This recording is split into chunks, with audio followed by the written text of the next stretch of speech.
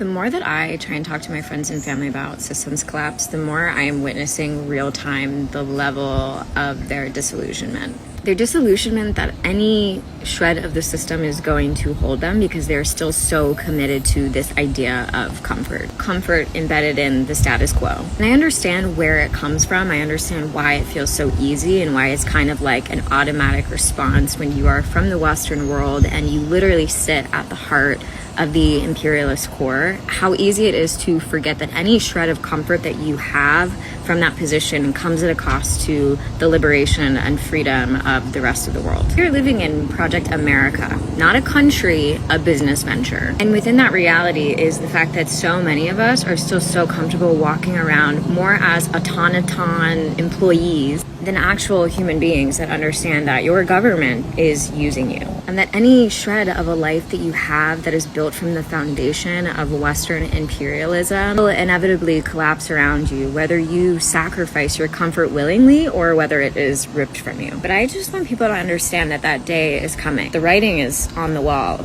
yet not a lot of people seem worried enough about that. And like, not worried in the sense that you panic, but like worry in the sense that you start to organize yourself. The comfort that you find in just focusing on what you can control needs to shift and expand its capacity, not just to coping and looking on the bright side of things, but to like community sovereignty that runs so deep that it outlasts the collapse of these systems. I recently had a conversation with someone that was interesting, and they kind of mentioned the fact that I have this tendency to talk about American systems whilst I have removed myself from them. I say removed myself with air quotes because once again, like, the whole world is built on Western imperialism. Can you ever remove yourself from that? I think a lot of people see me living outside of the US and like making a conscious decision to do that and wondering like, okay, well, like, what are you doing to organize yourself? And I think this is a really good question, and I don't see it as attacking whatsoever. I see it as very like formative of like, what can we do when we feel powerless? And for me, that's looked like giving myself the education, the kinds of skills that I believe are going to outlast capitalism, like a knowledge of holistic health and plant medicine and